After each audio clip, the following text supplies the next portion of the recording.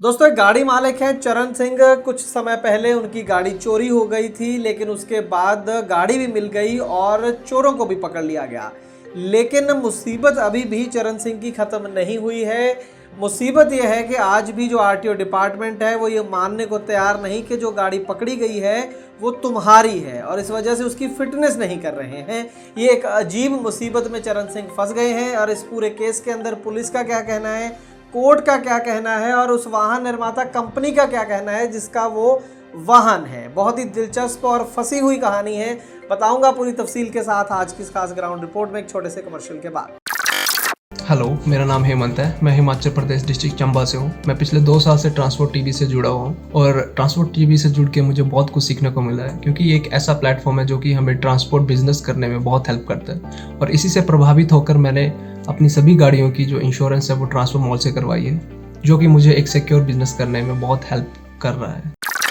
Transport TV पर आपका स्वागत है दोस्तों। मैं हूं मनिंदर सिंह और आप देख रहे हैं ग्राउंड रिपोर्ट। दोस्तों गाड़ी मालिक का नाम है चरण सिंह, अलीगढ़ यूपी के रहने वाले हैं। नंबर स्क्रीन पर है गाड़ी का। 6 चक्का आयशर गाड़ी है, फरवरी 2010 मॉडल। ये गाड़ी चोरी हो जाती है 6 जनवरी 2021 को। इसी साल 6 जनवरी को ये गाड़ी चोरी हो जाती है। पेट्रोल पंप पर ये गाड़ी पार्क की हुई थी और ये अलीगढ़ दिल्ली हाईवे के ऊपर, अलीगढ़ से सिर्फ 5 किलोमीटर की दूरी पर ये पेट्रोल पंप है, वहाँ पर ये गाड़ी खड़ी हुई थी जब चोरी हुई। यहाँ पर इसलिए गाड़ी खड़ी करते थे चरण सिंह क्योंकि उनका घर एक तो पास में था और दूसरा वहाँ पर सीसीटीवी की प्रोटेक्शन थी। दिमाग तो लगाया चरण सिंह ने कि ऐसी जगह रात को गाड़ी खड़ी करनी चाहिए जहाँ पर सीसीटीवी लगा हो, तो पता चल सकता है कभी गाड़ी चोरी हो जाए कि कैसे गाड़ी चोरी हो गई या किसने गाड़ी चोरी करी। और इस स्ट्रैटेजी का फ़ायदा भी हुआ।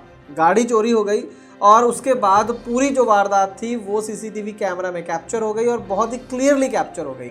चोरों की शक्ल भी दिख गई और कब आए, कैसे आए और कैसे गाड़ी को खोला, वो तमाम चीज़ की उसके अंदर कैद हो गई।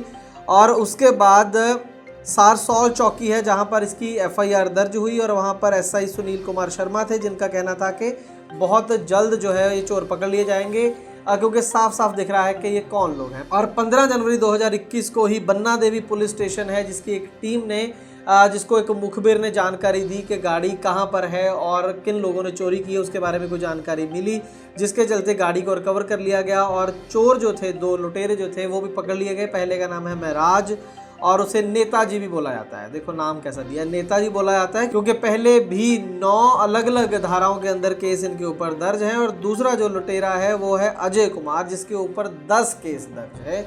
तो ये दोनों जो लुटेरे हैं वो पकड़ लिए गए, अरेस्ट में हैं और इन्हीं के कन्फेशन से और तमाम चीज़ें जो इनका अड्डा था वहाँ से बरामद हुई हैं। तमाम वो चीज़ें जो चोरी करने के लिए और चोरी के वाहनों को बाद में उनकी चेसी नंबर, इंजन नंबर वगैरह चेंज करके बेचने में जो भी कलपुर्जे काम आते हैं, वो तमाम चीज़ें वहाँ पर बरामद हुई हैं। आप देख सकते हैं जो बरामदी की रिपोर्ट है, एक आयशर कैंटर गाड़ी का नंबर, एक आयशर कैंटर बिना नंबर मिला, एक स्विफ्ट डिज़ायर कार रंग सफ़ेद वो मिली, एक टाटा इंडिगो कार मिली, एक डीसी ग्राइंडर वायर रंग सफ़ेद वो मिली, ग्राइंडर रेग माल छोटे बड़े कुल 11, पुलिस रेग माल होता है कोई वो 2 मिले, हथौड़ा टूल किट एक, अंग्रेज़ी में नंबर गोदने वाले 1 से 9 तक एक डिब्बी मिली है जिससे अंग्रेज़ी के नंबर जो है वो गोदे जा सकते हैं, जैसे इंजन नंबर या चेसी नंबर में गोदे होते हैं।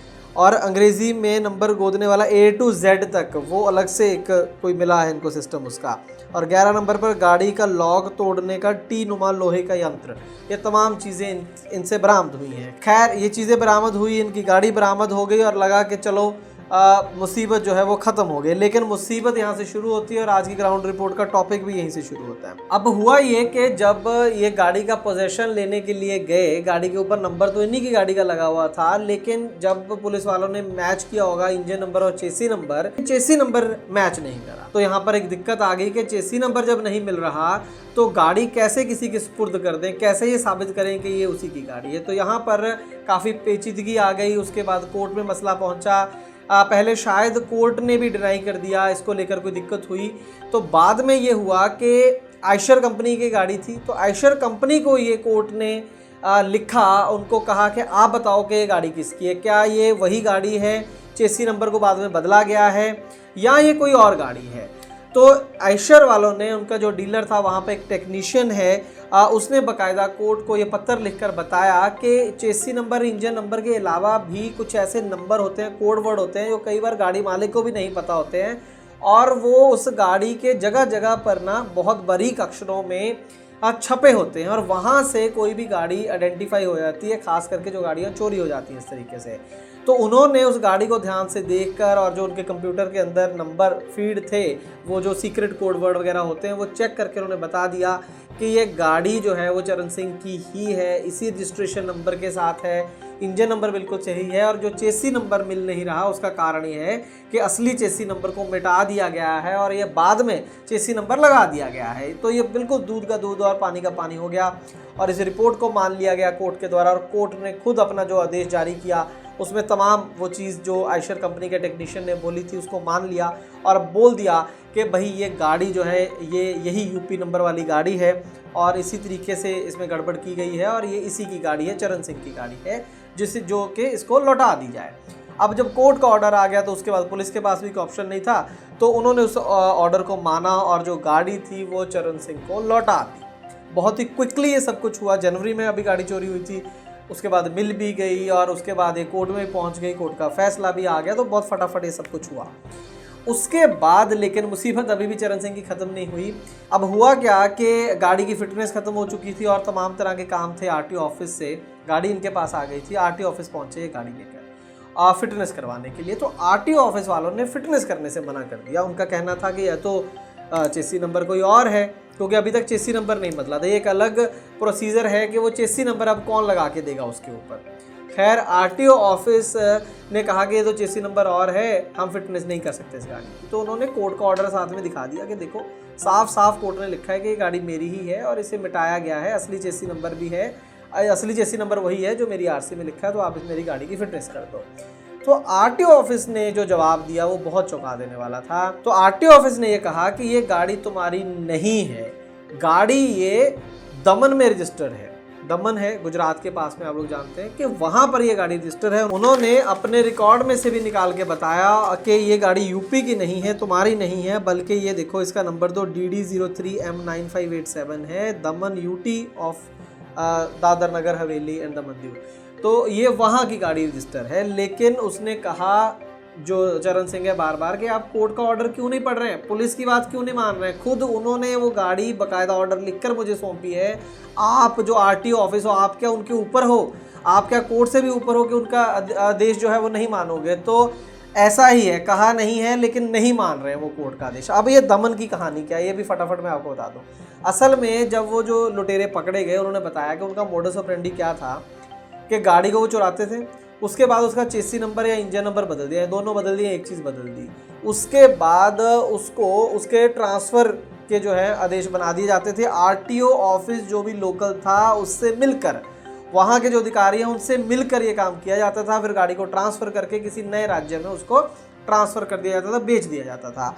और इस गाड़ी को भी उन्होंने दमन में ट्रांसफ़र बस करवा लिया था, नंबर भी अलॉट हो गया था, सिर्फ गाड़ी के ऊपर लगना बाकी था कि इतने में ये जो लुटेरे थे वो पकड़े गए। ये खुद वो जो लुटेरे पकड़े गए वो बात बता रहे हैं। और ऐसा ही मोडस ऑपरेंडी पहले भी एक केस में हमने ट्रांसपोर्ट डीलर बताया था, वो कहानी भी यूपी की थी, इटावा की थी वो। और ये भी लुटेरे बता रहे हैं कि आरटीओ ऑफिस में कुछ लोग उनके साथ मिले हुए हैं जिस वजह से ये पूरा काम चलता था। और ये कोई पहला केस नहीं है, इससे पहले वो कई गाड़ियाँ इसी तरीके से आरटीओ अधिकारियों के साथ मिलकर ट्रांसफ़र कर चुके हैं। अब कौन मना कर रहा है ट्रांसफ़र कर फिटनेस करने से? आरटीओ अधिकारी। तो समझ रहे मैं क्या कहने की कोशिश कर रहा हूँ। आरटीओ साहब को ट्रांसपोर्ट टीवी ने जब ये पूरा केस आया तो आरटीओ साहब को फ़ोन किया, वो बात नहीं करना चाहते थे खुद, तो उन्होंने अपने एआरटीओ का नंबर दिया। उनका भी बात बात पर हमारे से बात करने पर नेटवर्क चला जाता है, पता नहीं कैसे चला जाता है, बाकी तो सारा दिन ठीक रहता है। खैर जब हम लगे रहे हमारी टीम तो बात हुई उनसे, तो एआरटीओ साहब है वहाँ पर कोई, ये साहब मानने को तैयार नहीं है कोर्ट के आदेश। उन्होंने साफ साफ बोला कि जो हम कह रहे हैं वो सही है, जो कोर्ट कह रही है वो गलत है, पुलिस जो कह रही है उनको नहीं पता, हम ये कह रहे हैं कि ये दमन की गाड़ी है, यहाँ की नहीं है, ये व्यक्ति झूठ बोल रहा है, बाकी सब सिस्टम ठीक है, कोई गड़बड़ इस केस के अंदर नहीं हुई है और हम इस गाड़ी की फिटनेस नहीं करेंगे। अभी जो उन्होंने भौतिक सत्यापन में जो नंबर बताए हैं और जो दो नंबर उसकी इंजन नंबर और चेसी नंबर के ऊपर पाए गए हैं वो दोनों अलग हैं, तो इससे ये साफ है, उन्होंने जिससे स्पष्ट है कि गाड़ी आयशर नंबर जिसके निर्धारित चेसिस नंबर ये है, मैं लिख कर देता हूँ और ताकि समय पर काम आ सके। तो जो नंबर उन्होंने मेंशन किए गए हैं वो बड़े स्पेसिफिकली बता रहे हैं कि इसके चेसिस नंबर और इंजन नंबर को चेंज किया गया, बल्कि जो गाड़ी के दूसरे पार्ट जहाँ से वो चेक कर सकते थे उनके ऊपर उसके ओरिजिनल चेसिस नंबर ही मिले हैं। It's a proven fact. Court भी ये बात बोल रहा है अपने ऑर्डर के अंदर, that is a proven fact. हम इस स्टेटमेंट के ऊपर बोल रहे हैं। नहीं, ये जो आदमी दे रहा है टेक्निकल भी नहीं बंदा और नहीं होता है। सर इसके ऊपर लिखा हुआ है दीपक शर्मा, और मैं इस कंपनी में और वर्तमान में आयशर कंपनी में टेक्नीशियन के पद पर कार्यरत हूँ। स्टैंप लगा के उसने वो आपको दिया है। उसके बाद अगर मैं आपको बताऊं तो कोर्ट न्यायालय अपर मुख्य न्यायिक मजिस्ट्रेट कोर्ट संख्या 5 अलीगढ़ ने इस बंदे के दिए हुए स्टेटमेंट को अपने उसने कोर्ट करके अपना ऑर्डर दिया गाड़ी को रिलीज करने के वक्त पे।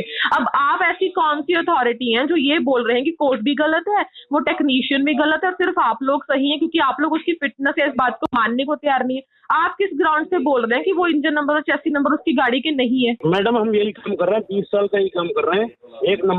एक नजर में हम देख के बता देंगे कौन सा नंबर सर आपकी नजर में, मतलब आप कैसे बताएंगे? मैंने उनको रिटर्न में ऑर्डर दे दिया है। मेरे टेक्निकल एक्सपर्ट ने जांच कर लिया, मैंने जांच कर लिया, रिटर्न में उन्हें ऑर्डर दे दिया है मैंने। ये ARTO साहब का जवाब है, या सीधे सीधे कहें कि ये RTO अलीगढ़ ऑफिस का जवाब है। जब उनके सीनियर अधिकारी ये बात कर रहे हैं तो RTO अलीगढ़ ही इसके लिए रिस्पॉन्सिबल हुए। इस लिहाज से ये वीडियो हम उनको भी भेजेंगे। अच्छी बात है अगर वो कोर्ट के आदेश की पालना करें और चरण सिंह की गाड़ी की फिटनेस करें, और सिर्फ ना इतना ही बल्कि जो चेसी नंबर ओरिजिनल है वो भी उसके ऊपर दोबारा से लगवाने का वो इंतज़ाम करें। ये RTO ऑफिस की ड्यूटी उस हिसाब से बनती है। अगर ऐसा नहीं होता है तो कंटेम्प्ट ऑफ कोर्ट का भी इनके ऊपर केस या कोई भी और वकील से सलाह करके कोर्ट का आदेश ना मानने का इनके ऊपर धारा लगानी चाहिए। ये RTO और जो ARTO जो ये करने से मना कर रहे हैं, सीधा सीधा साफ साफ केस है। और इस बात की भी कोर्ट को जांच करनी चाहिए, पुलिस को जांच करनी चाहिए कि जब वो लुटेरे मान रहे हैं कि RTO ऑफिशियल्स की उनके साथ मिले हुए हैं, कौन RTO ऑफिशियल पता नहीं, RTO में बहुत सारा स्टाफ होता है, हो सकता है सीनियर अधिकारी ना हो, जूनियर हो, तो वो कौन है, उसके ऊपर जांच क्यों नहीं हो रही है? वो अलीगढ़ RTO की बात ही हो रही है या कोई और RTO है? तो वहाँ पर जांच हो, और ये इस एंगल की भी जांच हो कि कहीं ऐसा तो नहीं है कि उसी के चलते अब इस व्यक्ति की जो है फिटनेस नहीं की जा रही है। काफ़ी पेचीदा मसला भी है और काफ़ी साफ साफ दिख भी रहा है अगर कोई देखना चाहे तो। आपको क्या लगा ये स्टोरी देखकर और आपके मन में क्या आ रहा है आप बताइएगा कमेंट सेक्शन के अंदर, इंतजार रहेगा। और अंत में जाते जाते यही कहना चाहूँगा कि कितना कंप्यूटरीकरण कर लिया पूरे देश के ट्रांसपोर्ट डिपार्टमेंट का, करोड़ों रुपया खर्चा कर दिया, आज भी RTO ऑफिशियल और लुटेरे जो हैं गाड़ियों के चोर जो हैं वो मिलकर इस पूरे सिस्टम को बाईपास करके इसको बेवकूफ़ बनाने में लगातार कामयाब हो रहे हैं। इसके ऊपर भी ministry of road transport and highways को गौर करना चाहिए। आज की रिपोर्ट में बस इतना ही। ट्रांसपोर्ट टीवी का काम अगर आपको अच्छा लगता है तो अपने इस चैनल को YouTube, Facebook, ट्विटर और इंस्टाग्राम पर जरूर फॉलो करें। ट्रांसपोर्ट मॉल का भी फेसबुक पेज बन गया है, उसे भी जरूर फॉलो करें। ट्रांसपोर्ट टीवी देखने के लिए बहुत बहुत शुक्रिया। दोस्तों अगर आपकी गाड़ी का बीमा खत्म हो चुका है और नए बीमे के लिए इंस्पेक्शन की जरूरत है तो ट्रांसपोर्ट मॉल को संपर्क करें। खर्चा तो कम होगा ही, देश के किसी भी कोने में आपकी गाड़ी हो हमारा सर्वेयर वहां पर पहुंच जाएगा। इसीलिए मैं कहता हूं कि गाड़ी का बीमा सिर्फ और सिर्फ ट्रांसपोर्ट मॉल के प्लेटफॉर्म से 90 831 90 831 पर अभी अपनी गाड़ियों के नंबर व्हाट्सएप करें। ट्रांसपोर्ट टीवी को YouTube पर अभी करें सब्सक्राइब और दबाएं बेल आइकन। फेसबुक पर लाइक करें हमारा पेज और ट्विटर पर भी करें फॉलो। ट्रांसपोर्ट टीवी, जानकारी लाभकारी।